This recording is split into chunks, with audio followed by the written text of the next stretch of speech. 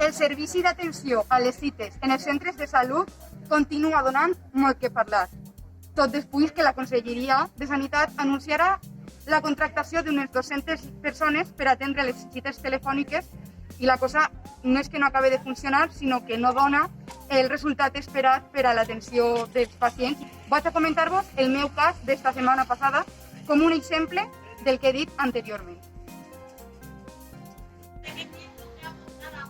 El passat dilluns 7 de desembre vaig cridar al centre de salut per a traure cita en la meva metge de capçalera i me digueren que com era dia festiu per a ells, a soles hi havia servici d'urgències. Vaig presentar-me en urgències i me varen donar medicació. Estant jo allí esperant, se va presentar una dona perquè li havien donat cita per a aquest dia i se va trobar en la sorpresa de que, com he dit abans, sols havia un servici d'urgències. Li varen dir que la persona que li va donar la cita no s'hauria enterat de que era festiu i se va tindre que anar molt cabrejat. Al cap de 3 dies, com no sentia jo milloria en les meues dolències, vaig cridar a les 3 línies de telèfon diverses vegades sense sort, fins que vaig cridar al telèfon especial, com he dit al principi, que va crear la Generalitat, per a millorar el servici de cites. Immediatament me varen atendre, però me varen dir que no me podien donar cita perquè l'agenda de la meva metge estava tancada.